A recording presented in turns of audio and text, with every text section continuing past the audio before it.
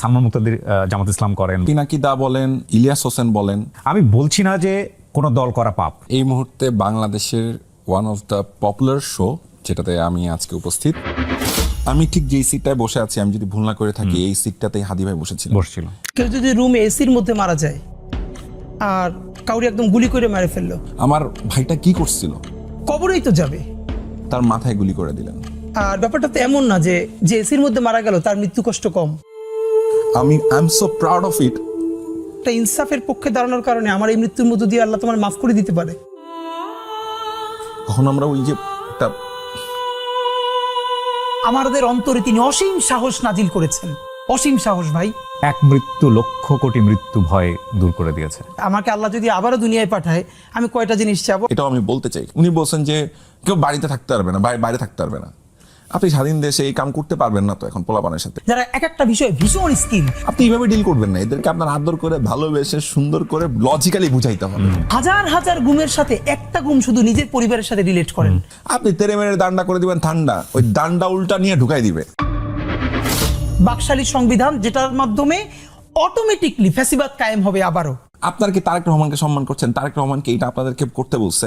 আপনি কিসের সাথে কি মিলাচ্ছেন? সেই ভাইকে আপনি বলছেন এখন গুপ্ত। এর মানে আমাদের যে মনস্তত্ত্ব, সেই মনস্তত্ত্ব ভাঙতে হবে। আপনি কোনোভাবেই দেশে শান্তি প্রতিষ্ঠা হতে দিবেন না। এইবার যদি ভালো কিছু না হয়, ভিতরে রক্তক্ষরণ হয়, আমাদের কষ্ট হয়, অসম্পূর্ণ বিপ্লব তার স্ফুলিঙ্গ যে রয়ে গেছে, তারা আপনাদের হাঁটুর বসে হতে পারে, কিন্তু বুদ্ধিতে ওরা অনেক আগে। আমাদের একটা দীর্ঘ লড়াই লাগবে। বিশ্বাস করেন, একটা দারুণ ঘটনা ঘটছে যে প্রত্যেকটা সেক্টরে বাংলাদেশপন্থী ছেলে, বাংলাদেশপন্থী মেয়ে পৃথিবীর প্রতিটা প্রান্তে সব থেকে যোগ্য হয়ে উঠেছে। আমি সেটা বুঝতে পারছি। আমি অনেক বেশি প্রো বাংলাদেশি হয়ে উঠছি। জনতার নতুন সংসদ, নতুন সংবিধান প্রণয়ন করবে। মান্না ভাই, আমি আপনার কাজের অনেক বড় ফ্যান। শুরুতে আমি বলছিলাম আপনার প্রত্যেকটা কাজের মধ্যে একটা মেসেজ থাকে, which is very very beautiful. এবং আরেকটা বিষয় আমি আপনাকে অ্যাডমায়ার করবো, বাংলাদেশের অসংখ্য মানুষ আপনাকে অ্যাডমায়ার করবে, সেটা হচ্ছে আমরা দেখেছি 24শে যে জুলাই, যে আমরা গণঅভ্যুত্থান বলি বা আন্দোলন বলি, যেটাই বলি না কেন, সেখানে আপনি খুব স্ট্রংগেস্ট ভূমিকায় ছিলেন। লাইক আপনাদের অঙ্গনে যারা ভূমিকায় ছিল তাদেরকে তো অবশ্যই আমরা অ্যাডমায়ার করি, কিন্তু আপনাকে আমি বলবো খুবই স্ট্রংগেস্ট একটা ভূমিকায় ছিলেন। জনাব তারেক রহমান আমাদের প্রধানমন্ত্রী, উনি বাংলাদেশে যখন প্রথম প্রত্যাবর্তন করেন, তার ছোট ভাইয়ের কবর জিয়ারত করার আগে শহীদ ওসমান হাদির কবর জিয়ারত করেছে। তো এই যে একটা সোনালী সুযোগ আমরা পেয়েছি, এটা কেন মিস করতেছি ভাই? কারোর মতের সাথে আপনার মিলেন না কারণে তাকে আপনি জালিমের মতো তার সাথে আচরণ করবেন, তাকে চারিদিক থেকে আপনারা ঘিরে ধরবেন। এই সুবিধা নিবে কারা? ভারতীয় আধিপত্যবাদ নিবে। বাংলাদেশে দলের বাইরেও আমি দুজনকে অলওয়েজ স্বাধীনতা সার্বভৌমত্বের একটা প্রতিচ্ছবি হিসেবে চিন্তা করি। একজন হলেন শহীদ জিয়া আর একজন বেগম জিয়া। এটাই তো আমাদেরকে ইন্সপায়ার করছে। আমি কেন বিএনপি? আফসোস হলো বিএনপি বাংলাদেশের এত বড় দল, শহীদ জিয়ার মতো একজন মানুষকে নিয়ে আইকনিক 3টে উপন্যাস নাই। 5ই আগস্ট পরবর্তী সময়ে উনি একটা কার্টুন শেয়ার করেছিলেন, ওনার ব্যঙ্গচিত্র, which is very good. বিবিসিতে একটা ইন্টারভিউ দিয়েছিলেন উনি। যেই ঘরে আমার বাবার স্মৃতি ছিল, আমার মায়ের বহু স্মৃতি ছিল, যেখানে একটা ইমোশনাল পার্ট ছিল ওনার জার্নি। যারা জুলুম করেছে তাদের তো বিচার হতে হবে, সেটি ব্যক্তিও হতে পারে, সেটি দলও হতে পারে। প্রমিস করেন ওখানে যে উনি যেভাবে হোক এটার বিচার হবেই। যারা এসবের হুকুম দিয়েছে তাদের প্রত্যেকের বিচার হতে হবে। আপনি এটা যদি ঘোষণা দিতে পারেন, তাহলে বাংলাদেশের মানুষ সত্যিকারের একটা সার্বভৌম বাংলাদেশ গড়তে পারবো। এটাই নতুন বাংলাদেশের প্রমিস। আসসালামু আলাইকুম কিবরিয়া ভাই, thank you for the compliment. And আমার খুব ভালো লাগছে যে এই মুহূর্তে বাংলাদেশের one of the popular show, আলহামদুলিল্লাহ, যেটাতে আমি আজকে উপস্থিত, এবং ফাইনালি সেটা হলো, এবং আমি the one and only Kibria ভাইয়ের সামনে বসে আছি, কথা বলছি। না, অসংখ্য আমি আপনাকে অ্যাডমায়ার করছি আপনার কাজের জন্য, আপনার যেই কাজগুলো হয়েছে সেগুলোর জন্য। এবং আমি যে কেমন আছি যদি বলি, আমি বলবো আল্লাহর অশেষ রহমতে আলহামদুলিল্লাহ। আলহামদুলিল্লাহ। জি, আমাদেরকে যে অবস্থায় রাখেন না কেন, সর্বাবস্থায় আলহামদুলিল্লাহ। বান্না ভাই, আমি আসলে সাধারণত যেটা করি, একজন মানুষের অটোবায়োগ্রাফিকে এখানে পোর্ট্রে করার চেষ্টা করি। লাইক আপনার ছোটবেলা, আপনার কাজ, সমস্ত কিছু নিয়েই আমরা হয়তো ক্রোনোলজিক্যালি আগাতে পারতাম। ডেফিনেটলি সময় থাকলে আমরা সেদিকে যাবো, কিন্তু রিসেন্ট কিছু ইস্যুস যেটা আমি একটু শুরুতেই অ্যাড্রেস করতে চাই। আমি যখন আপনাকে একটু স্টাডি করছিলাম, যখন আমি মনে হলো যে আমি আপনাকে ইন্টারভিউ করবো, তখন রিসেন্ট যে বিষয়টা আমার কাছে খুব লাইক, বান্না ভাই নামে সার্চ দেওয়ার পরে ফেসবুকে বা অন্যান্য প্ল্যাটফর্মগুলোতে বেশ কিছু আমি এটাকে কি বলা যেতে পারে, স্টিকার বা ছবি পেয়েছে যেখানে আপনাকে গুপ্ত বলা হচ্ছে, the word I can quote, গুপ্ত। এবং এই গুপ্ত ওয়ার্ডটা সোশ্যাল মিডিয়াতে এখন খুবই যাকে তাকে ট্যাগ দেওয়ার একটা টেন্ডেন্সি আমি দেখতে পাচ্ছি, যেখানে আপনাকে খুবই ট্যাগ দেওয়া হয়েছে। আপনি এই স্টোরি কিছু বলতে চান? আচ্ছা, এটা কোথা থেকে এসছে সেটা একটু বলি প্রথমে। হ্যাঁ, প্রথমত হচ্ছে বাংলাদেশে এখন এমন একটা অবস্থায় আমরা আছি যেটা হচ্ছে 24 জুলাই পরবর্তী অবস্থা এবং 24শে জুলাই পূর্ববর্তী অবস্থা, দুটো ভিন্ন। যারা পার্থক্য করতে পারছেন না যে রাজনৈতিক পটভূমি এবং মানুষের মনস্তাত্ত্বিক কি পরিবর্তন এসছে, ঠিক সেই মানুষগুলোই মানুষকে এই ধরনের ট্যাগে যাচ্ছে বা এই ধরনেরভাবে আপনি যে কোনো ধরনের ট্যাগিং যদি সেটা আমিও করে থাকি কাউকে, সেটাও অন্যায়। যে কোনো ট্যাগিং আপনি করতে পারেন।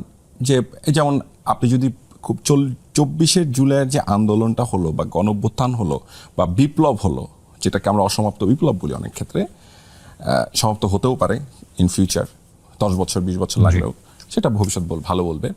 সো ওটা কিন্তু হলো একটা রাজাকার ট্যাগ দিয়ে, ঠিক না? সো আপনি আবার নতুন একটা ট্যাগিং নিয়ে আসলেন এবং সেটাকে আপনি কোনো না কোনোভাবে ব্যবহার করছেন। কাকে করছেন? আপনি ব্যবহার করছেন তাকে যে কোনো না কোনো একটা সময় আপনার সহযোগিতা ছিল, আপনার পাশের যোদ্ধাটা ছিল, আপনি তাকে একটা সময় অ্যাডমায়ার করতেন, ভাই বলে সম্বোধন করতেন। সেই ভাইকে আপনি বলছেন এখন গুপ্ত, এবং সেই গুপ্তটাকে দিয়ে আপনি কি করতে চাচ্ছেন? আসলে তাকে আপনি ঠিক তেমনভাবেই হত্যার যোগ্য তৈরি করতে চাচ্ছেন। আপনি তাকে হত্যার যোগ্য করতে চাচ্ছেন। আমি কথাটা কেন বলছি, এখন আপনি বলতে পারেন যে এটা তো অনেকেই অনেকভাবে বলে, বড় ছোট অনেক লেভেলের, কিন্তু কেউ বুঝে বলেন, কেউ না বুঝে বলেন। কিন্তু যারা বুঝে বলেন তারা সত্যি সত্যি অনেক বড় অন্যায় করছেন। হ্যাঁ, আপনি বলতে পারেন হ্যাঁ তুমি অমুক দল সাপোর্ট করো, আমার মনে হয় তুমি ওই দল সাপোর্ট করো, সরাসরি বলেন না নামটা, সমস্যা কোথায়? হ্যাঁ, আমি যদি ওটা না করে থাকি তাহলে আমি ডিবাং করবো না, আমি এটা করি না, তুমি ভুল বুঝছো আমাকে। কিন্তু তুমি যখন ওই রাজাকার ট্যাগিং এর পাশাপাশি আরেকটা ট্যাগ তৈরি করছো, তখন তুমি আসলে বেসিক্যালি কি করছো? তুমি আসলে বেসিক্যালি বা আপনি কি করছেন? আপনি আসলে যেটা করছেন আরেকটা মানুষকে হত্যাযোগ্য করে তুলছেন। আপনি চাচ্ছেন যে ঠিক এইভাবেই, যে ওই যে একটা সময় বলতো না, একটা অমুক ধরে হ্যাঁ, আপনি কয়েকদিন পর আবার কি ওইটাই বলবেন স্লোগান দিয়ে যে একটা করে গুপ্তধর ধরে তাহলে আমাকে বা আপনাকে বা আরেকজনকে, ক্যামেরার পেছনে যে ভাইটা আজকে গুপ্ত ট্যাগ খাচ্ছে, সে যদি হয় তাহলে কি আপনি সেই দায়িত্ব নেবেন? তাহলে আপনি সেই হত্যাকারী, আপনারা সে হচ্ছেন। এখন আপনারা এই ধরনের যে কাণ্ডগুলো করছেন, সেই কাণ্ডগুলোর জন্য আমার মনে হয় যে সরাসরি বলতে পারেন তো যে হ্যাঁ বান্না ভাই, আপনার কথা আমার কাছে মনে হয় যে এইটা মনে হয় এইটা না, এটা আমার কাছে আপনি যেটা বলছেন এটা আপনি মিথ্যা বলছেন বা আপনি সত্য বলছেন বা কিছু একটা বলতে পারেন। কিন্তু আপনি ট্যাগিংয়ে যাচ্ছেন কেন আবারও? সেই ট্যাগিংয়ে যদি যান সেটা তো ভালো কিছু হবে না। দেখেন, আমিও বুঝে না বুঝে মাঝে মধ্যে কিন্তু ট্যাগিং করে ফেলি, কিন্তু আবার পরক্ষণে যখন আমি বুঝি যে ট্যাগিং করাটা আসলে অন্যায়, তখন কিন্তু আমি নিজেকে আবার সম্বরণ করি, কেননা প্রত্যেকটা মানুষের মধ্যে ফ্লস থাকে। কিন্তু আপনি এই অস্ত্রটা ব্যবহার না করাটাই বাংলাদেশের জন্য ভালো হয়, জুলাই পরবর্তী বাংলাদেশের জন্য। এবং আপনি যাদেরকে ট্যাগিং করছেন, বিশ্বাস করেন একটা দারুণ ঘটনা ঘটছে, আমি সেটা বুঝতে পারছি। আমি অনেক বেশি প্রো বাংলাদেশি হয়ে উঠছি, আমি আরও বেশি মানুষের মধ্যে প্রো পিপল হয়ে উঠছি। মানুষ আমাকে আগের যে কোনো সময়ের চাইতে, এই যে আপনারা এগুলো করছেন না, এই কারণে আমাকে যে আপনারা কি ভালোবাসা দেওয়াচ্ছেন মানুষের কাছ থেকে, অসংখ্য ধন্যবাদ। আমি এটা একটু উল্টা করেই বলি, আপনারা এই ট্যাগিংটা আরও বেশি আমাকে করেন, যাতে আমি আরও প্রো পিপল হতে পারি, আমি আরও প্রো বাংলাদেশি হতে পারি, এবং আপনাদের মতো ইতর বদমাশদেরকে আমি চিনতে পারি।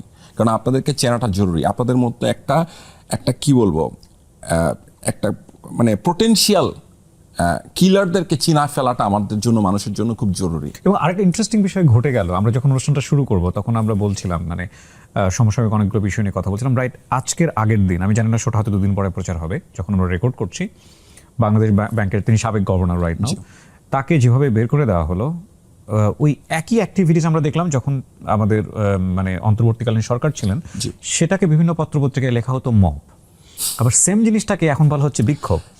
জনরোষ হয়ে যাচ্ছে, এখন আবার বিক্ষোভও হচ্ছে, জনরোষও হচ্ছে।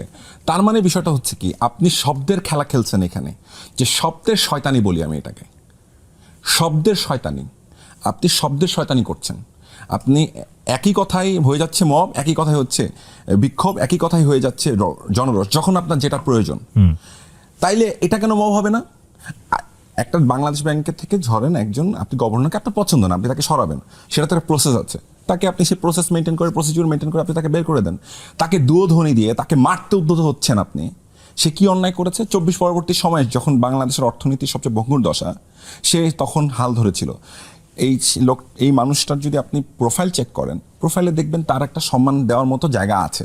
হয়তো সে অনেক ভুল করতে পারে, হয়তো সে অনেক ঠিক করতে পারে, সেটা ভিন্ন আলাপ, কিন্তু আপনি তাকে অসম্মান করতে পারেন না। না, definitely না। আপনার ভিন্ন মতের হলেও আপনি অসম্মান করতে পারেন না। True.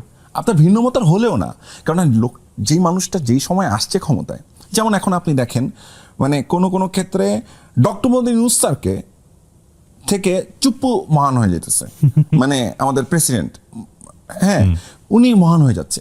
কি আশ্চর্য রে ভাই, কি আশ্চর্য! আপনি ভুলে গেলেন 24 পরবর্তী সময় বাংলাদেশের অবস্থা কি ছিল?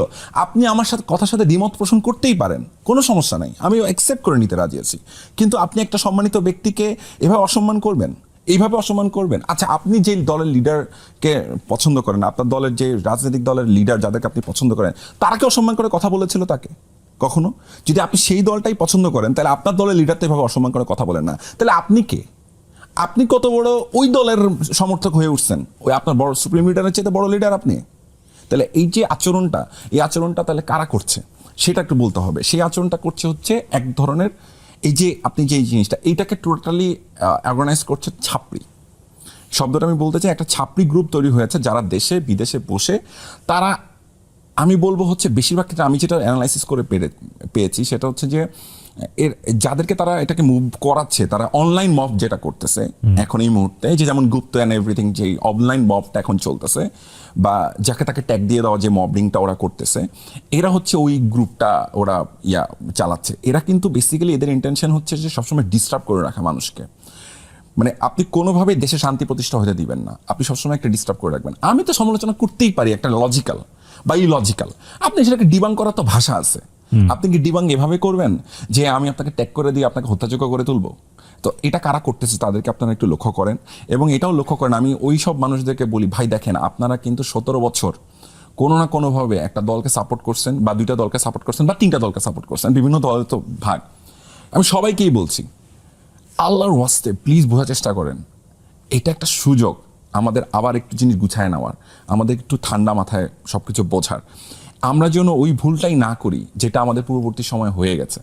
আপনারা ব্যবহৃত হচ্ছেন, এবং আপনারা একটা সময় যে ফিল করবেন যখন আবার আপনারা মজলুম হবেন কোনো না কোনো সময়, এখন তো জালিম হয়ে উঠছেন, যখন আবার মজলুম হবেন না, তখন কিন্তু পাশে আর মানুষ পাবেন না। লজ্জাটা কিন্তু কাকে বলবেন? প্লিজ আমি প্রত্যেকটা মজলুম ভাইকে অনুরোধ করছি, যারা 17-18 বছর ধরে মজলুম ছিলেন, আল্লাহর ওয়াস্তে জালিম হেন না, জালিম হেন না।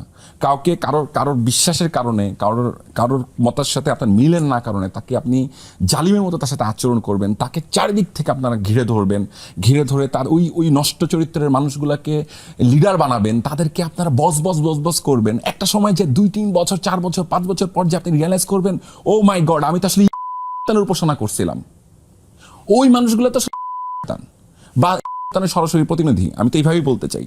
তো এই যে ইবলিশগুলোকে আপনারা প্রতিনিধিত্ব করতেছেন, এরা ধরেন, আমি আমার কথা বলি ভাই, এটা বলতে পারি আমি, কিবিয়া ভাই, আমাকে বলা হয়, আমাকে এক জায়গায় দেখছি আমি নাকি ফার রাইট, আমি 500 নাটক বানানো, একমাত্র সিঙ্গেল নাটক যদি আমি ক্যালকুলেট করি 500, আমি অন্যান্য কাজের কথা বাদ দিলাম, তাহলে 1000+ প্রোডাকশন বানানো ফার রাইট। ওকে, আমি যদি ফার রাইট হই, আলহামদুলিল্লাহ, আপনাদের ট্যাগও আমি নিয়ে নিলাম। ভাগ্যিস আমি ফার রং না, you guys are far wrong. I am absolutely pro Bangladeshi, I am proud of myself. আমি আজকে এখানে বসে যে কথাগুলো বলতেছি, this is my inner thought. আমার কথার সাথে কারোর কথা দ্বিমত হইতেই পারে, আমি আবারও বলছি, কিন্তু I M A pro Bangladeshi, আমি প্রো পিপল। আমার দলের বিরুদ্ধে আমার কথা বলতে 2 মিনিট বাঁধবে না, আমি বলতে রাজি আছি, যদি আমার দল অন্যায় করে, এবং আমার দল যদি ঠিক কাজ করে 1 মিনিট সময় লাগবে না, আমি এটার সবচেয়ে বেশি প্রেজ করব। যখন আমার দল ভালো কাজ করবে, বা আমার বিপক্ষ দলও ভালো কাজ করবে, আমি সেটাকে প্রেজ করব। আমার বিপক্ষ দল যদি ভুল কাজ করে, আমি সেটাকে প্রেজ করব। এটাই নতুন বাংলাদেশের প্রমিস।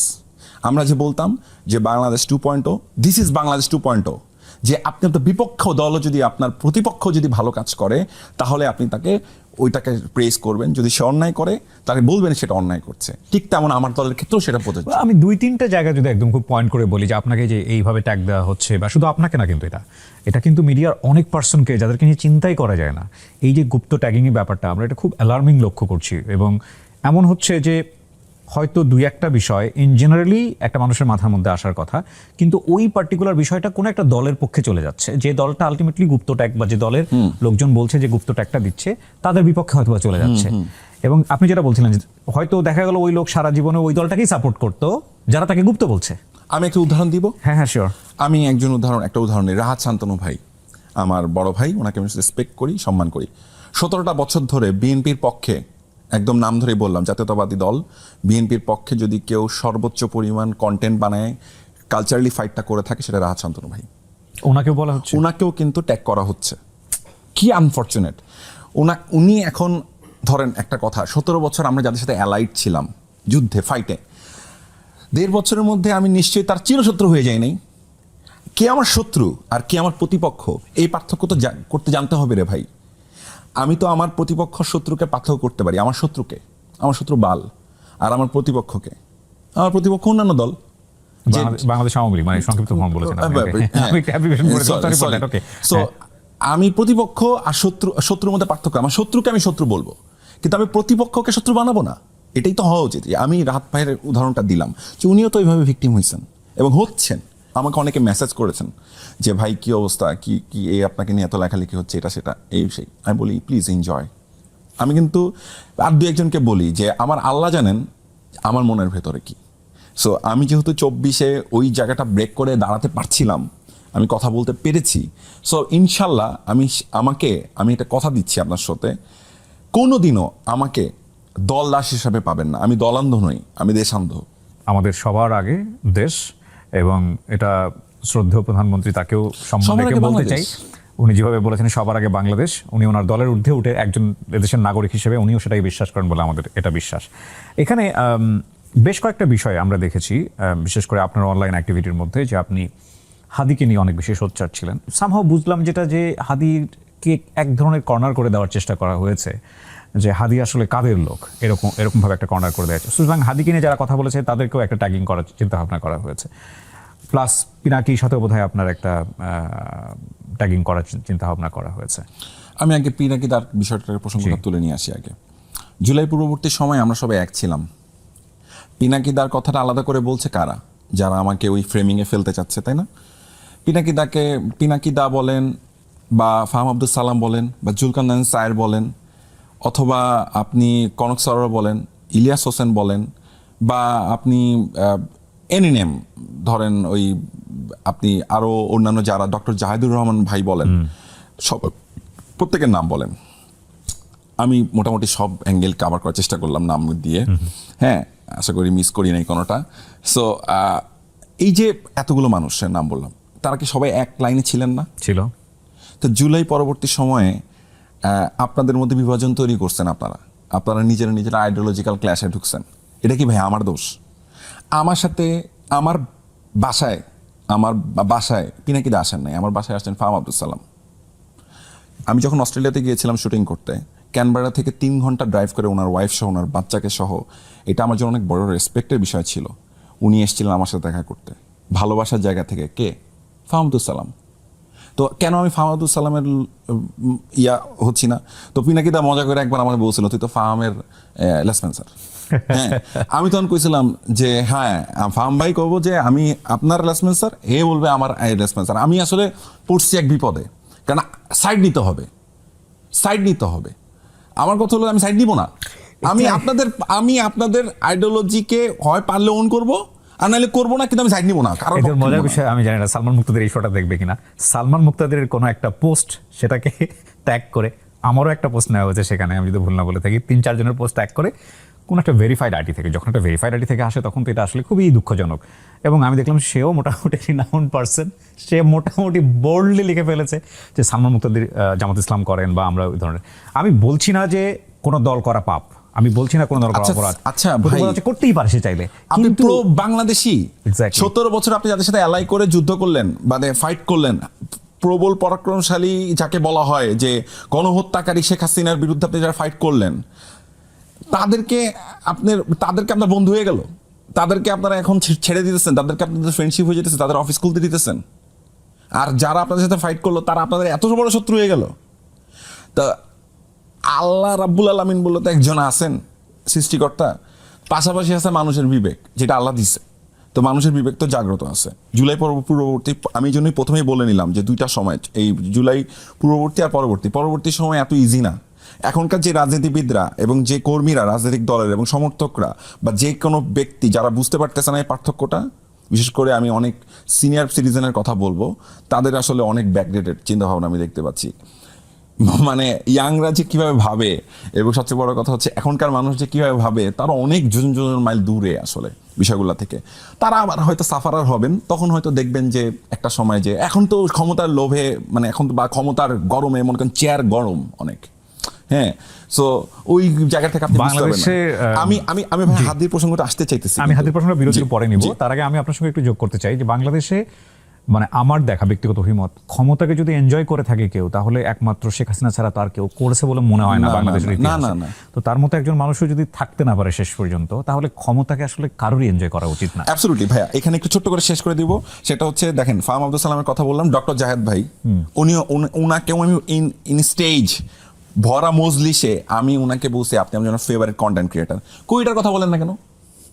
ওইটার কথা বলেন না কেন? কারণ ওইটার কথা বললে তো আপনি আমাকে ফ্রেমিং করতে পারতেছেন না। আমি তো ডক্টর জাহেদকেও বলছি you are one of my favourite content creator জুলাই পরবর্তী সময়ে, একদম কাছাকাছি সময়ে। এখন আবার অন্য দলের অনেকে মন খারাপ করতে পারেন, ভাই মন খারাপ করেন না। আমি সবার সাথেই আমার ভালো সম্পর্ক ছিল। হাদির প্রসঙ্গটা নিয়ে একটু শুনতে চাই আপনার কাছ থেকে। আমি ঠিক যেই সিটটায় বসে আছি, আমি যদি ভুল না করে থাকি, এই সিটটাতেই হাদি ভাই বসেছিলেন। বসছিল। আমি শোটা শুরু হওয়ার আগে এই শোয়ের প্রডিউসারকে বলছিলাম এই কথাটা, যে আমি আজকে হয়তো হাদি ভাইয়ের সিটটাতে বসবো। এই সিটটাতে হয়তো অনেকেই বসছেন, কিন্তু আমার কাছে এই সিটটা স্পেশাল। এটার কারণ হচ্ছে শহীদ ওসমান হাদি। সো এটা আমার জন্য খুবই টাফ কল। আমি হাদি ভাইকে নিয়ে কখনো খুব স্বাভাবিকভাবে কথা বলতে পারি না, এটা আমার একটু ঝামেলা হয়ে যায়। হাদি ভাই একটা বড় কারণ আমাকে ট্যাগ খাওয়ার পেছনে, আনফর্চুনেটলি। অথচ আমি জানি এই মানুষগুলাই হচ্ছে সেই মানুষগুলা যারা হাদি ভাইকে রেসপেক্ট করতেন একটা টাইমে। কোনো একটা কারণে তাদের মন ঘুরে গেল, আমি জানি না কেন। তো ঘুরে গেল, যাই হোক, ঘুরে গেল। হাদিকে কোনো প্রমাণ ছাড়া আপনারা যা তা বললেন। একটা মৃত মানুষকে নিয়ে যখন তাকে শহীদ করা হলো, তারপরে যা তা নোংরামি করলেন, যা তা নোংরামি বললেন তাকে নিয়ে, তাদেরকে শত্রু বানালেন। তাকে একটা মানুষকে প্রজেক্ট বানিয়ে দিলেন, একটা মানুষকে নিয়ে তার কবর খুঁড়ে ফেলতে চাইলেন। কি অন্যায়! এই বাংলাদেশের জমিনে এর চেয়ে বড় অন্যায় কি হতে পারে? আমার ভাইটা কি করছিল? সে তো কথাই শুধু বলছিল। সে কি কাউকে মারতে গেছিল? সে হয়তো একটা গালিই দিছিল জীবনে, ধরেন, কিন্তু সে কি কাউ গায়ে হাত দিতে গেছিল? অথচ আপনারা কি করলেন? আপনারা সকলে মিলে তার মাথায় গুলি করে দিলেন, এবং গুলি করার পর ক্ষান্ত হন নাই। চিন্তা করলেন তার আইডিওলজি, তার নীতিকে কীভাবে ধ্বংস করে দেওয়া যায়। তার পাশে থাকা, আশেপাশে থাকা ভাইগুলাকে, বোনগুলাকে কীভাবে ট্যাগিং করে বের করে দেওয়া যায়, তাদেরকে ইরিলিভেন্ট করে দেওয়া যায়। আপনার এই সিটে কিন্তু জাবেরও বসেছিল, ইনকলাব মঞ্চের।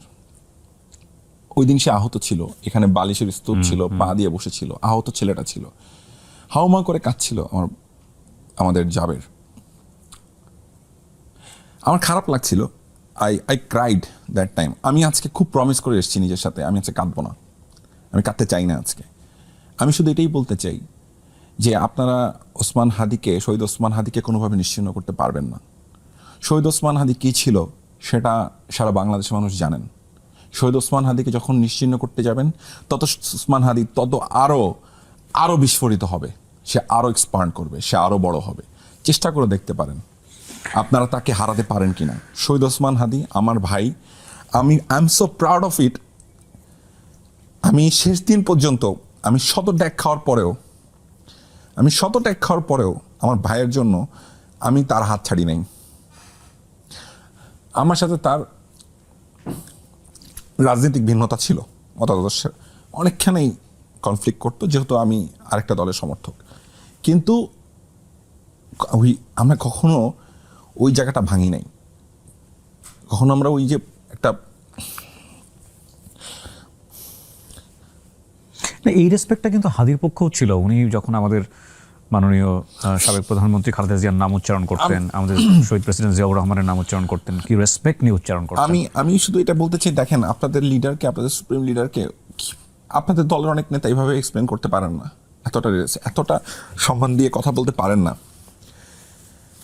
আপনাদের জনাব তারেক রহমান আমাদের প্রধানমন্ত্রী, উনি বাংলাদেশে যখন প্রথম প্রত্যাবর্তন করার পরে কিন্তু প্রথম স্পিচেই হাদির নাম, শহীদ ওসমান হাদির নাম নেন, এবং তার আগে অনলাইন কয়েকটা মিটিংয়ে উনি ওনার নাম নেন রেসপেক্টের সহকারে, কবর জিয়ারত করতে এবং গেছেন। তার ছোট ভাইয়ের কবর জিয়ারত করার আগে, তার ছোট ভাইয়ের কবর জিয়ারত করার আগে শহীদ ওসমান হাদির কবর জিয়ারত করেছে। আপনি সেই মানুষটাকে আপনার টার্গেট করতেছেন, তাহলে আপনারা কি আসলে আপনাদের লিডারকে সম্মান করছেন?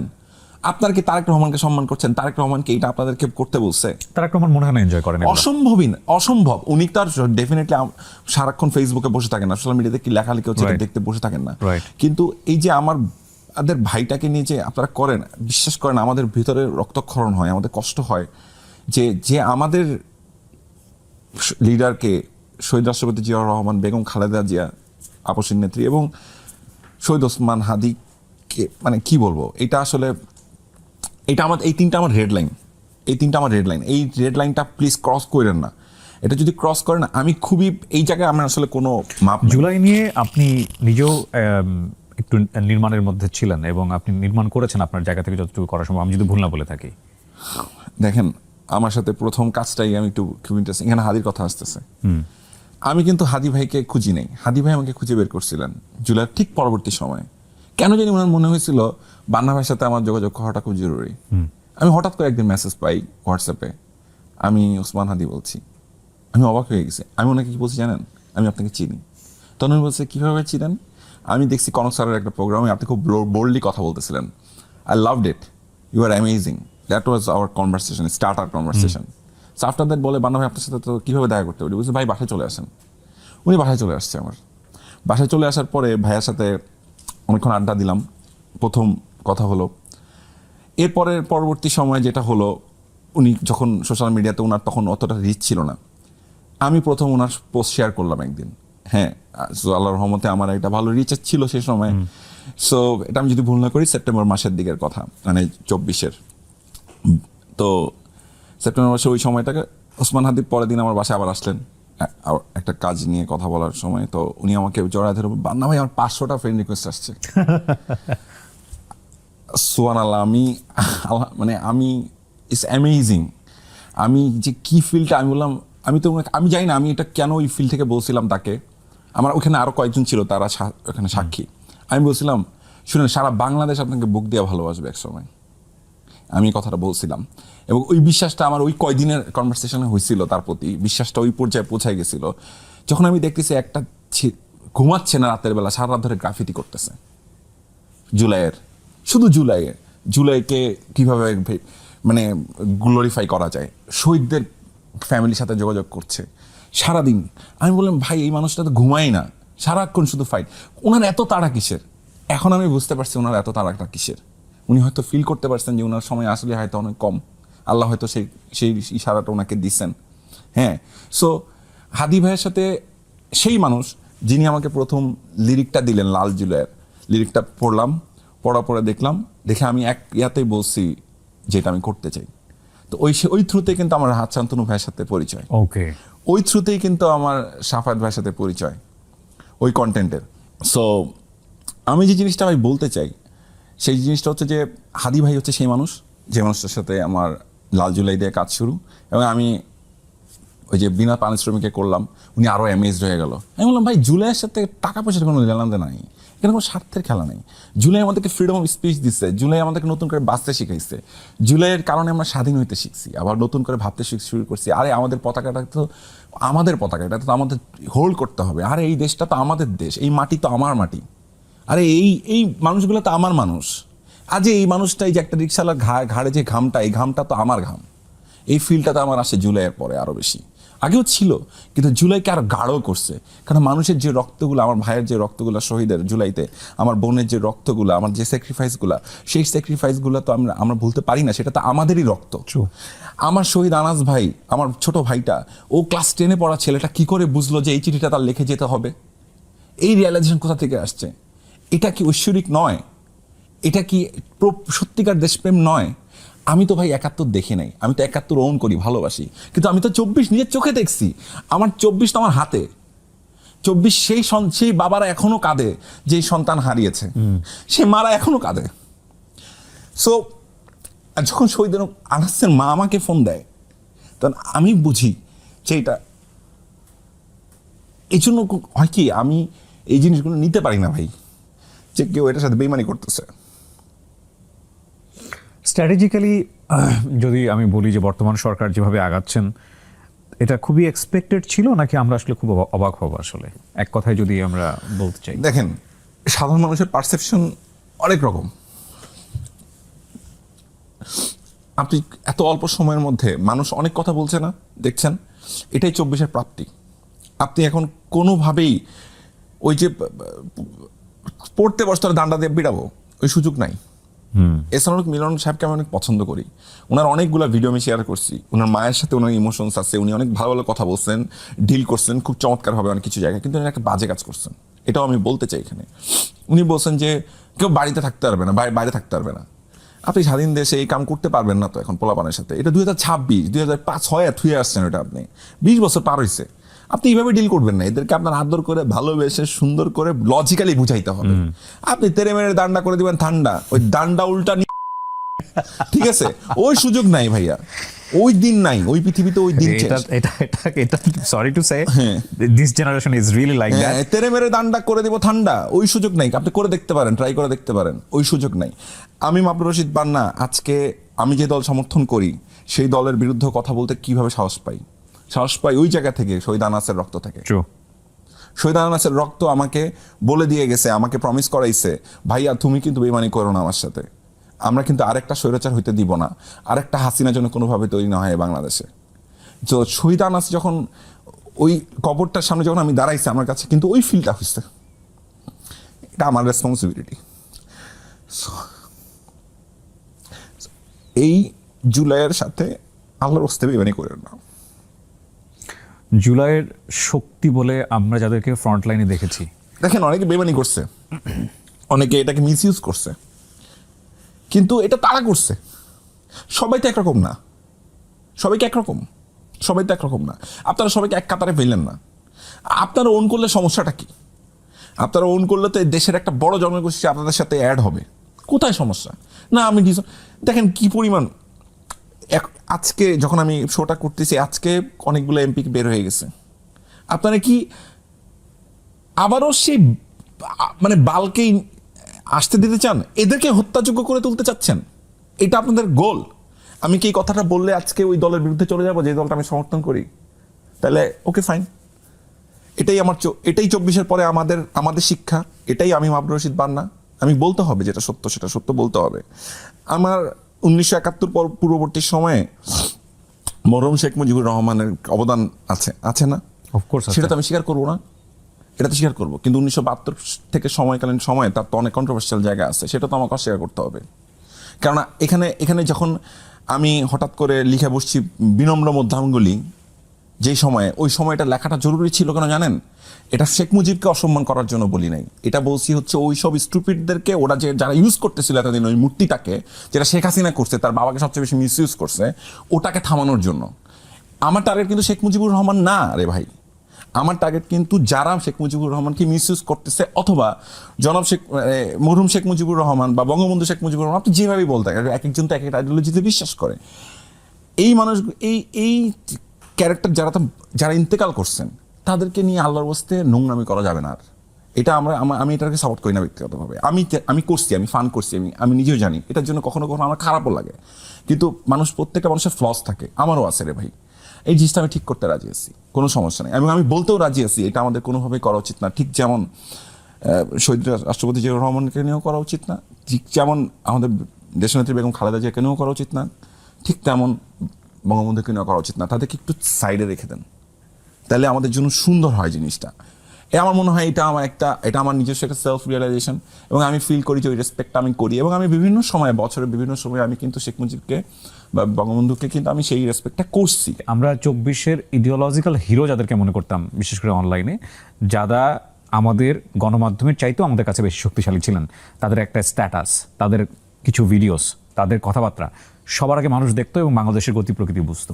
আপনি যাদের নাম বলেছেন এখানে কিছুক্ষণ আগে, যে 4-5 জনের নাম বলেছেন, বা বাংলাদেশে হয়তো আরও অনেকেই আছেন, 24-এর পরে তাদের মধ্যে যে দ্বিধা বিভক্তি এবং খুবই আমি বলবো যে আসলে শব্দটা আমি উচ্চারণ করতে চাই না, যে একজন আরেকজনকে নিয়ে যেভাবে উঠে পড়ে লাগলেন বা যেভাবে একেবারে ঘর পর্যন্ত পৌঁছে গিয়ে যেভাবে করা যায়, এটা আমাদেরকে আসলে হতাশ করেছে ডেফিনেটলি। 24-এর পরে গিয়ে আস্তে আস্তে বিএনপির সমালোচনা করা শুরু করলো এবং তারপরে সে এই নির্বাচনে এসে তার স্ট্যান্ডটা ক্লিয়ার করে দিল। ঠিক আছে, এই যে রাস্তাগুলো আলাদা হয়ে যাওয়া, এবং একটা সময় তো সবাই একসাথে একজনেরই সমালোচনা করতো বা একটা ইডিওলজিরই সমালোচনা করতো, এবং এই সমালোচনার যে ধারা বিভক্ত হয়ে যাওয়া, তারপর একজন আরেকজনকে রেসপেক্ট না রেখে যে কথাটা বলা, এটা আমাদের মতো যারা তাদেরকে আমরা সম্মান করতাম, ফলো করতাম, আমরা মর্মাহত হয়েছি কিনা, মানে আপনার জায়গা থেকে আপনি কি বলবেন? অ্যাটলিস্ট সম্মান রেখে তো এই কাজটা করা যেত। আমি একটা কথা বলি, এটাই তো আমাদের সিনিয়রদের কাছ থেকে পাওয়া আমাদের সবচেয়ে বড় মানে কি বলবো, মানে অহেতুক পুরস্কার আমি বলবো। মানে আমি এটাকে আর কি কোন ওয়েতে সার্কাজম করবো আমি জানি না, মানে এটা তো আমরা ডিজার্ভ করি না কোনো অ্যাঙ্গেলেই না। আপনি পিনাকিদার অ্যাঙ্গেলেও বলতে পারেন, আপনি ফাহমুদুল সালামের অ্যাঙ্গেলেও বলতে পারেন, আমি দুইটা নাম দিয়ে বলতেছি। হ্যাঁ, কোন অ্যাঙ্গেলে কি খুব রেসপেক্টিভ কোনো কিছু ছিল? আমি জুলকারনাইন সাহের ভাই যে ওনারও তো একটা ভূমিকা আছে। এই যে মানুষগুলো, এরা সবাই সবার সাথে কিন্তু এক জায়গায় ছিল, কিন্তু তারা কি করলেন, তারা কিন্তু ওই সম্মানটুকু রাখলেন না।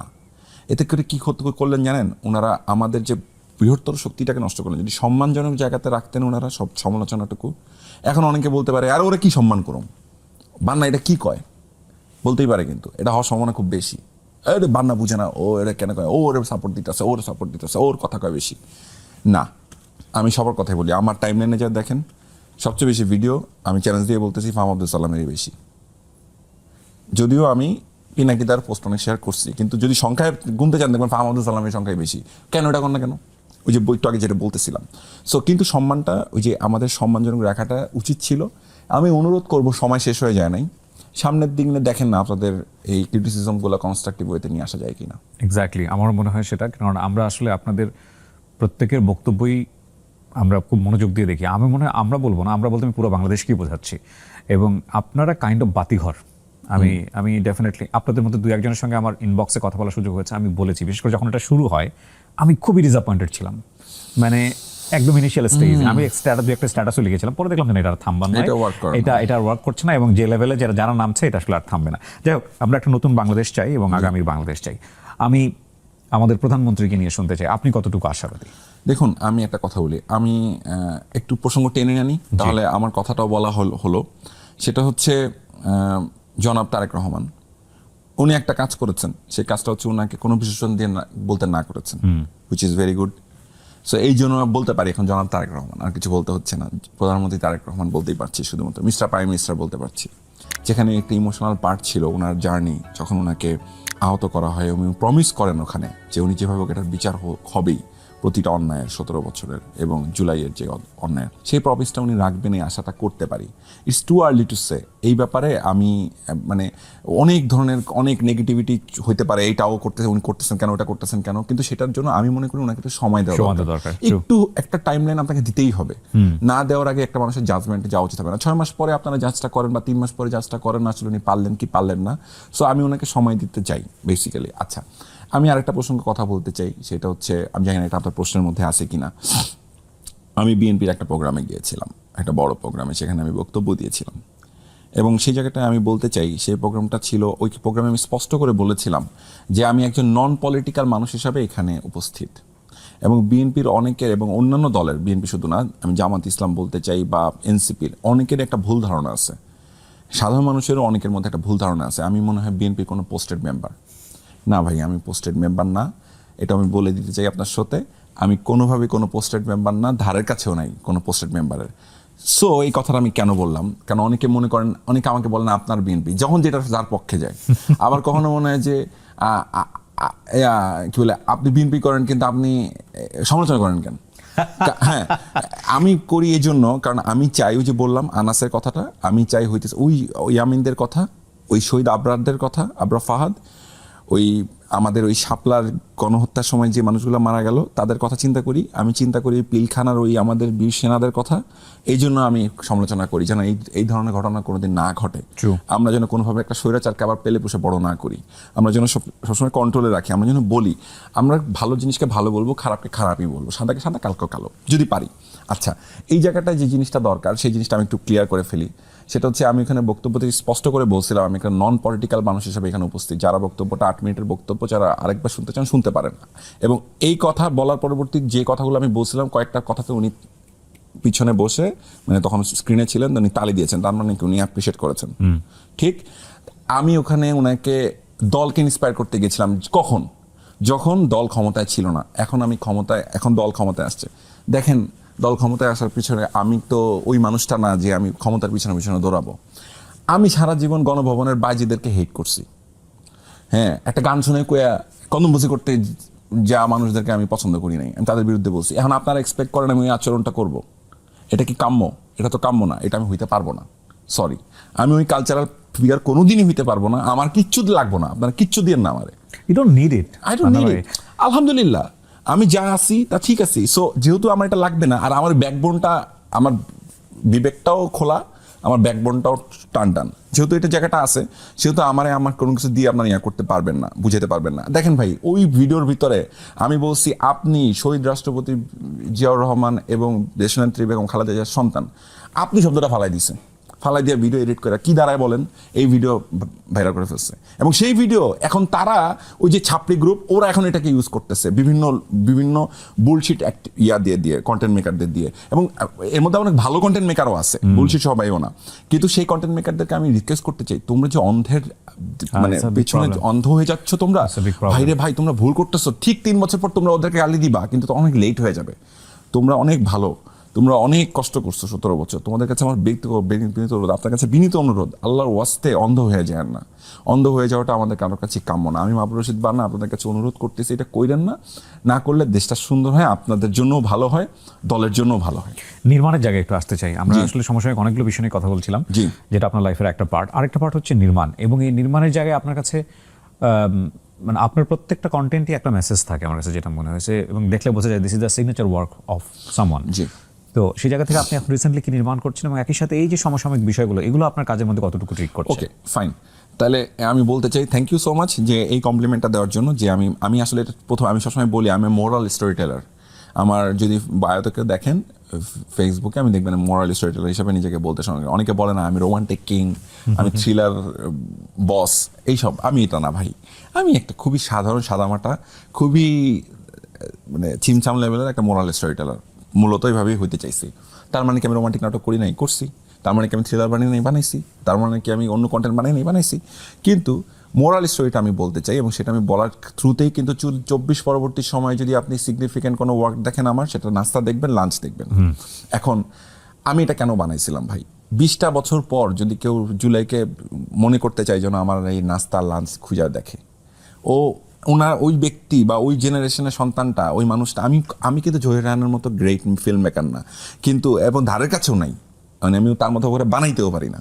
ঠিক আছে, I am not that much great at all, কিন্তু হি ইজ মাই ইন্সপাইরেশন। হ্যাঁ, উনি আমার ইন্সপাইরেশন, উনি আমার অনুপ্রেরণার জায়গা। যেহেতু জহির রায়হানের স্টপ জেনোসাইড দেখে ওই সময় আমরা বুঝছি, জীবন থেকে নেওয়া থেকে আমরা ইন্সপায়ার্ড হয়েছি। তো আমার কাছে মনে হয়েছে why not me, I should do something. So সেই জায়গা থেকে আসলে মনে হয়েছে যে ঠিক আছে, তাহলে লাঞ্চ নাস্তাটা বানানোর রেলিভেন্ট, এখন বানানো উচিত। আমার সুপার ডুপার লস হয়েছে, কেননা প্রোডাকশনগুলো যেই প্রডিউসারকে দিয়ে প্রডিউস করাইছি সেও লস খাইছে, আমিও লস খাইছি এখন পর্যন্ত। কিন্তু এই লস উঠে যাবে একসময়। লস কিন্তু আসলে না, in the long run it's a profit, কারণ হচ্ছে থেকে যাবে এই কাজগুলো। ঠিক তেমন সেই জায়গা থেকেই আসলে আমার ডিনার বানানোর প্ল্যান ছিল, আমি আর ডিনারটা বানাতে পারি নাই। তবে এখন যা শুরু করছে ছাত্রীরা, এদেরকে সবাইকে এক্সপোজ কইরা, এবং যে বড় বড় নিরপেক্ষ বুদ্ধিজীবী যারা আছে, বড় বড় টকশো কইরা বেড়ায়, নিরপেক্ষ একটু বলতে পারি নিরপেক্ষ, ঠিক আছে, যারা আছে তাদেরকে নিয়ে আমার মনে হয় যে কন্টেন্ট বানানো দরকার। So dinner is loading. Okay, আমি বলি আমার মিডনাইট ডিনার। হ্যাঁ, সো আমি বলি উইপেন অফ ম্যাস ডিস্ট্রাকশন আমার জন্য এটাই, যে আমি একটা মেকার। আপনি আমারে থামাইতে পারেন একটা ওয়েতে, ওই হাদির মতো মাথায় শুট করে দিতে হবে অথবা বুকে শুট করে, কোটি মৃত্যু ভয় দূর করে দিয়েছে। হ্যাঁ, এবং আর আমরা তো সরাসরি, আমি তো বুকে আলিঙ্গন করা মানুষটারে ভাই, আমি তো তার ঘাম, আমার ঘামের সাথে ঘাম মিলছে তার। আমার নাস্তা, আমার লাঞ্চকে নিয়ে আমি বলতাম আমি আমার জীবনের সবচেয়ে বড় ডিস্ট্রিবিউটারকে হারাইছি, ওসমান হাদি। আমি তো বলার আগেই সে এটা শাহবাগে দেখানোর ব্যবস্থা করে ফেলতো। শাহবাগে অসংখ্যবার এই যে লাঞ্চ আর নাস্তাকে দেখানো হয়েছে, ডিনার বানাইলে সে কতবার আমাকে বলছে।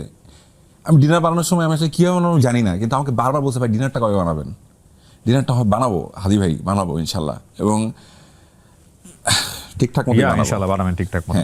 এখন যারা সংসদে গেছেন, বিশেষ করে ইয়াং চ্যাপ, আমি যদি বলি এনসিপি থেকে গেছেন অনেকে, জামাত ইসলাম থেকে গেছেন, বিএনপি থেকে তো অসংখ্য গেছেন, কাদেরকে আপনার কাছে মনে হয় যে খুবই কমিটেড, প্রতিশ্রুতিশীল এবং যারা একটা আগামী সুন্দর বাংলাদেশ উপহার দিতে পারবে, লাইক হাসনাদের মতো কেউ থাকতে পারে আপনার জায়গা? আমার কাছে ওভারঅল যদি আমি বলি, আমি অনেকের নামই বলতে পারি, তবে আমি যেমন স্পষ্ট করে বলতে চাই, ধরেন আমি এনসিপি থেকে শুরু করি। ধরেন এনসিপিতে হাসনাত ভাই অবশ্যই সে জুলাইয়ের প্রাণ ভোমরাদের মধ্যে একজন বা ফ্রন্টলাইনারদের মধ্যে একজন, তাকে আমি রেসপেক্ট করি। এবং সেই জায়গাটা থেকে নাহিদ ভাই আছে, উনিও গেছেন, উনি যাচ্ছেন, উনি গেছেন। সো আমি আশা করি তারা এই যে 6 জন, এই 6 জন অনেকের ঘুম হারাম করবে আমার বিশ্বাস। হ্যাঁ, এখন যদি আমি বিএনপি থেকে বলি, তাহলে একজনের নাম আমি একটু বলি, হাবিবুর রশিদ হাবিব ভাই, ঢাকা 9 আসনের। কেন ওনার কথা বললাম? তাসনিম জারার এগেইনস্টে যিনি ছিলেন, জি সরি, হ্যাঁ তাসনিম জারার এগেইনস্টে যিনি ছিলেন, হ্যাঁ, যাকে আচ্ছা অনেকেই ওনাকে কিন্তু ওইভাবে চেনেন না, তাসনিম জারাকে যেভাবে চেনেন। আমি পরবর্তীতে গিয়ে শুনলাম উনি সম্ভবত শুটেডও হয়েছিলেন বোধহয় 4বার, 4টা গুলি করা হয়েছে, 4টা গুলি করা হয়েছে। ওসমান হাদির মতো পরিণতি হইতে পারতো তার। সে 4টা গুলি খেয়ে বেঁচে আসা মানুষ, সে ওসমান হাদির কষ্ট বোঝে। সে আমাকে প্রথম দিনে, আমি তাকে বলছি আমি আপনার ক্যাম্পেইন করতে পারি, আমি আপনার ভাই, আমি আপনার সাথে আমি আপনার ক্যাম্পেইন করব যদি আপনি আমাকে একটা কথা দেন। কি? যদি সংসদে আপনি ওসমান হাদির কথা বলেন, বলছে আমি বলবো। এবং ওসমান হাদির কথা উনি প্রত্যেকটা মিটিংয়ে, শহীদ ওসমান হাদির কথা প্রত্যেকটা জনসভায় উনি বলতেন। সাক্ষী, ওই এলাকার মানুষ সাক্ষী, জিজ্ঞাসা করে দেখেন। এই জন্য আমি ওনাকে সাপোর্ট করছি। আচ্ছা, অনেকের একটা ভুল ধারণা আছে আমার এই যে প্রোপাগান্ডিস্ট যারা আছে তারা আমাকে নিয়ে, ঢাকা 14, ঢাকা 15, ঢাকা 16, তুলিয়াপা, তারপর হচ্ছে আমিনুল ভাই, আর হচ্ছে মিল্টন ভাই, আমি নাকি তাদের প্রচারণা করছি। ইট ইজ আ অ্যাবসলুটলি লাই। আমি বিএনপির এই 3 আসনের কোনো আসনে কোনো প্রচারণা করি নাই। যদি করে থাকি তাহলে জিজ্ঞাসা করেন আপনি তাদেরকে, ওই ক্যান্ডিডেটদেরকে। তুলিয়াপাকে জিজ্ঞাসা করেন আমি করছি কিনা। তুলিয়াপার একটা মিছিলে আমি গেছিলাম সাপোর্ট করার জন্য, একটাই, ওইটা আমার ব্যক্তিগত জায়গা থেকে যাওয়া। আমি নিজে স্বপ্রণোদিত হয়ে মিল্টন ভাইয়ের একটা লাইভ করে দিয়েছিলাম, একটা। আমি আমিনুল ভাইয়ের সাথে ওনার প্রচারণার ধারের কাছেও ছিলাম না। এই যে মিথ্যা কথাটা বলে, এই 3 জন সাথে আমি কোনোভাবে ইনভলভ ছিলাম না। আমি একটা জায়গায় শুধু আমি মানে ক্যাম্পেইন করছি ভাই, একটা জায়গায়। বলেন, আপনি বলেন উত্তরটা কি? এই যে ভদ্রলোকের কথা বলছেন, ঢাকা 9। আমার সাকসেস রেট 100 আউট অফ 100। আমি আবারও বলতে চাই, আমি একটা ক্যাম্পেইন করছি, যদি কনসিস্টেন্টলি ক্যাম্পেইন করে থাকি, দ্যাট ইজ হাবিবুর রশিদ হাবিব ভাই, ঢাকা 9। এবং আমার সাকসেস রেট, বাংলাদেশপন্থী মানুষের সাকসেস রেট এই ক্ষেত্রে 100-তে 100। আমি 100-তে 100 খেলছি। আমি কিন্তু আর অন্য কোথাও ওইভাবে ছিলাম না। আমি ইনফ্যাক্ট কারোরই ক্যাম্পেইনে ছিলাম না বিএনপির, আমি ছিলামই না। এদের আপনি জিজ্ঞেস করে দেখতে পারেন, আমি কোনো ক্যাম্পেইনের অংশ ছিলাম না। কারণ আমি কেন করি নাই, সেই সময় আসলে ওসমান হাদি মাত্র ইন্তেকাল করলেন, শহীদ হলেন। তারপরে বেগম খালেদা জিয়া, আমাদের দেশনেত্রী বেগম খালেদা জিয়া, মাতৃতুল্য, এই মানুষটাকে দেখেই তো আমরা বিএনপি করছি। মানে আমি বিএনপি সমর্থক কেন হয়েছি, একদম স্ট্রেট ফরওয়ার্ড বলি, আমি বিএনপি সমর্থক হয়েছি বিকজ অফ বেগম খালেদা জিয়া, দেশনেত্রী বেগম খালেদা জিয়া। উনার মানে উনি জেলে যেতে রাজি আছেন, ক্ষমতা নিবেন না, উনি বাংলাদেশের মানুষের জন্য সবকিছু করে দিতে রাজি আছেন। What a leader! এইটাই তো আমাদেরকে ইন্সপায়ার করছে। আমি কেন বিএনপি, এটা রিজন, বা আমি বিএনপি কেন সাপোর্ট করছি, এটা রিজন এটাই। এবং আমি কেন সই শক্তি পাই যে না, আমি আমার দলের বিরুদ্ধে কথা বলবো প্রয়োজনে, কারণ উনাকে আমি দেখছি, উনার দলের যারা অন্যায় করতো তাদের বিরুদ্ধে উনি কীভাবে কথা বলতেন। অনেক কল রেকর্ড আপনি খুঁজে দেখেন, উনি টিটকারি করতো, উনি মানে মক করতো, লিটারালি ট্রল করে দিত প্রোগ্রামের ভিতরে। যদি উনার দলের ভিতরে কেউ উনি ছাত্র দলের ছেলেদের কি বলছে, এই পড়াশোনা করবা, বলতো না? তো বলেন এখন কি সেও গুপ্ত? হ্যাঁ, তারেক রহমান যদি উনার দলের কাউকে সমালোচনা করেন, সেও গুপ্ত? জিয়াউর রহমান যে তার দলের লোকদেরকে সাইজ করার জন্য, ঠিক রাখার জন্য অনেক সময় অনেক কড়া ডিসিশন নিচ্ছেন, সেও গুপ্ত? তো আপনাদের এই জায়গাগুলো থেকে বের হয়ে আসা উচিত। সমালোচনা করলেই সে গুপ্ত না রে ভাই, সে সমালোচনা আমি করবই। আমি আবারও বলতেছি, প্রতিপক্ষকে ভালোটা আমি ধরবো, খারাপটাও আমি ধরবো, আমার দলেরটাও ধরবো, এটা ধরবো। আমি আরেকটা কথা বলে দিয়ে শেষ করতে চাই, এই জায়গাটা আমি জানি আপনার টাইমের স্বল্পতা আছে। আসলে কিউরিয়া ভাই, আমি আপনার শোটাকে পিক করছি আজকে, সরি টু সে, ক্ষমা না করবেন। না আই এম প্রাউড। আপনাকে অনেক দিন ধরে আমার ইয়ে ছিল, আমি আমার প্রডিউসারকে বলতেছিলাম যে ভাইকে একদিন নক দেন, সামহাও আপনার সাথে টাইম মিলে হয় না। Thank you so much. ইনশাআল্লাহ হয়ে যাচ্ছে। জি। আমি আল্লাহর রহমতে এটা হলো আজকে। আমি এই শোটাকে পিক করলাম উত্তর দেওয়ার জন্য অনেক কথার, যে উত্তরগুলো আসলে অনেকে খুঁজছিল আমার কাছ থেকে। আপনি লিখতেছেন না কেন, আপনি বলতেছেন না কেন? আমি বলছিলাম এমন একটা জায়গায় বলবো তোমাদের পছন্দ হবে, এবং সেই জায়গাটা আমি বলতে আসছি। দেখেন, জুলাই না আসলে বাংলাদেশে আমরা এই স্বাধীনভাবে কথাও বলতে পারতাম না, ফ্রিডম স্পিচের চর্চাও করতে পারতাম না। এই জুলাই না আসলে 30 লক্ষ মানুষের জানাজা হতো না দেশনেত্রী বেগম খালেদা জিয়ার। হয়তো এটা সত্য। ওনাকে ওইখানে দাফন করা হতো না, হয়তো ওনার সন্তান ওনাকে শেষবারের মতো দেখতে পাইতো দেখতেও না, পারতেন না। হয়তো ওসমান হাদির জন্ম হইতো না, হয়তো ওসমান হাদির জন্য 10 লক্ষ মানুষ, 20 লক্ষ মানুষ, 30 লক্ষ মানুষ, আমি জানি না, কোটি কোটি কোটি কোটি মানুষ কাঁদতেও না, অনেক কিছু হইতো না। জুলাই আমাদেরকে অনেক কিছু দিছে, জুলাই আমাদেরকে অনেক ভাবতে শিখাইছে, আমাদের অনেক প্রাপ্তি আছে, অনেক অপ্রাপ্তি আছে, কিন্তু জুলাইয়ের প্রাপ্তিটা সবচেয়ে বড় প্রাপ্তি কি জানেন? আমরা বাংলাদেশটাকে আবার ফিরে পাইছি। আল্লাহর ওয়াস্তে আমি আমার বর্তমান রাজনীতিবিদ যারা আছেন এবং যারা সংসদে যাবেন তাদের সবার কাছে বিনীতভাবে অনুরোধ করি, আল্লাহর ওয়াস্তে জুলাইয়ের সাথে গাদ্দারি করেন না। এটার পরিণতি যেটা হবে, সেই পরিণতিটা আমাদের কারোর জন্যই কাম্য না। কারণ এই জেনারেশন সদা জাগ্রত, তাদেরকে আপনারা যতটা বোকা ভাবেন এবং ক্ষমতার ধারের কাছে আসতে দিতে চান না, এবং তারা কি বুঝে, তোমরা তো হাঁটুর বয়সী বলে আপনারা তাদেরকে ট্রল ক্ষমতা তো করেন। আসলে তাদেরই হ্যাঁ, কাছে। বিশ্বাস করেন তারা আপনাদের হাঁটুর বয়সী হতে পারে, কিন্তু বুদ্ধিতে আপনাদের থেকে যোজন যোজন মাইল দূরে, ওরা অনেক আগে। সো ওদেরকে ওই রেসপেক্টটা করেন। আমার ব্যক্তিগত অনুরোধ থাকলো, প্লিজ ইউথদেরকে বোঝার চেষ্টা করেন এখনকার সমাজে, এখনকার ইউথরা কীভাবে ভাবে। নেক্সট জেনারেশন আলফাকে বোঝার চেষ্টা করেন, তারপরের জেনারেশনটাকে বোঝার চেষ্টা করেন, নাহলে আপনারা এতটাই ইরিলিভেন্ট হবেন যেটা খুব দুঃখজনক হবে। আমরা হয়তো দূর থেকে দেখে শুধু বলবো, আহারে আগেই তো বলছিলাম এটা করিস না। মান্না ভাই, চমৎকার সময় কেটেছে। আপনার এই এপিসোডটা যেভাবে গেল বা যাবে অন এয়ারে, আমি মনে করব যে এটা অনেকেই বারবার করে দেখবেন এবং দেখাটা জরুরি। আপনার কাজের জন্য শুভকামনা। Thank you so much. এবং আপনার ভিতরে যে স্পিডটা আছে এটা যেন কখনোই নত না হয়, এটা যেন আরো বেগবান হয়, সেই শুভকামনা ইনশাআল্লাহ, করছে। অনেক ইনশাআল্লাহ, ধন্যবাদ ভাই ইনশাআল্লাহ। আমাদেরকে সময় দিতে পারছেন। জি, ভালো আসসালামু থাকবেন। আলাইকুম। জি, ওয়ালাইকুম আসসালাম।